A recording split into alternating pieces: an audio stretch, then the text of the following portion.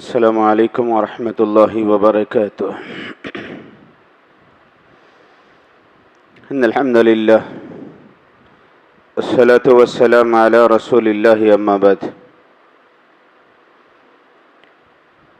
عن البراء بن عازب رضی اللہ عنہ ان رسول اللہ صلی اللہ علیہ وسلم قال زینوا القرآن بأصواتکم، رواہ الترمذی۔ براء ابن عازب رضی اللہ عنہ کہتے ہیں کہ رسول اللہ صلی اللہ علیہ وسلم نے فرمایا، آپ قرآن کریم کی تلاوت کو اپنے آوازوں کے ذریعے سے بہتر بناؤ، یعنی بہتر طریقے سے قرآن کریم کو پڑھو۔ معزز سامعین و سامعات، قرآن آسمانی کتابوں میں سے ایک کتاب ہے،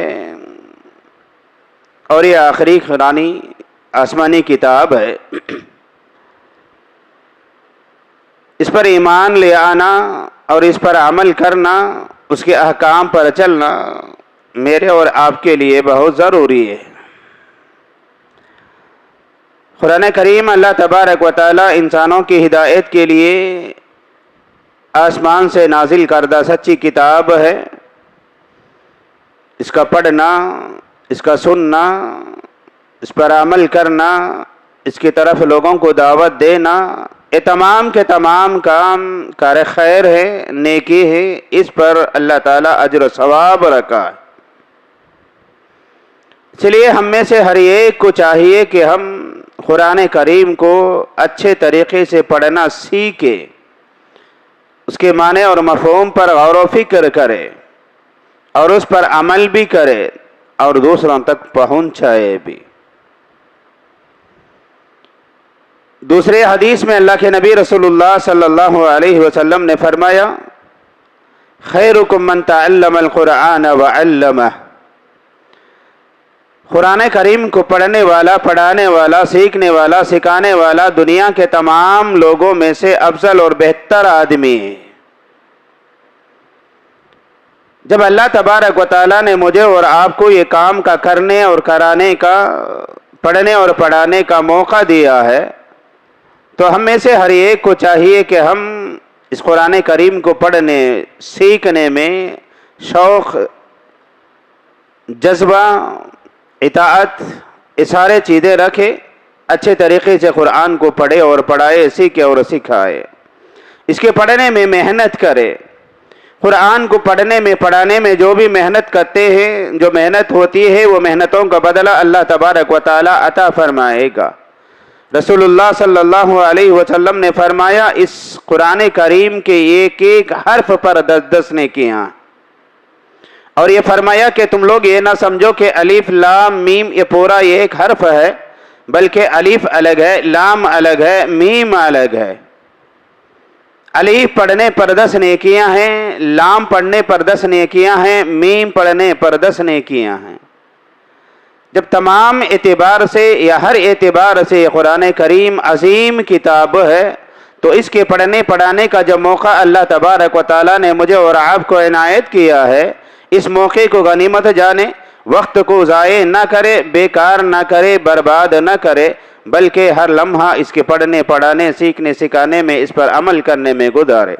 صرف میرے اور آپ کے لیے نہیں ہے، بلکہ اللہ کے نبی رسول اللہ صلی اللہ علیہ وسلم نے فرمایا، طلب العلم فریضۃ علی کل مسلم، ہر مسلمان مرد اور ہر مسلمان عورت کے اوپر علم کا سیکھنا فرض قرار دے دیا گیا، اور اس میں سے خاص کر کے قرآن کو پڑھنا، لکھنا، سیکھنا یہ ہمارے لیے ضروری ہے۔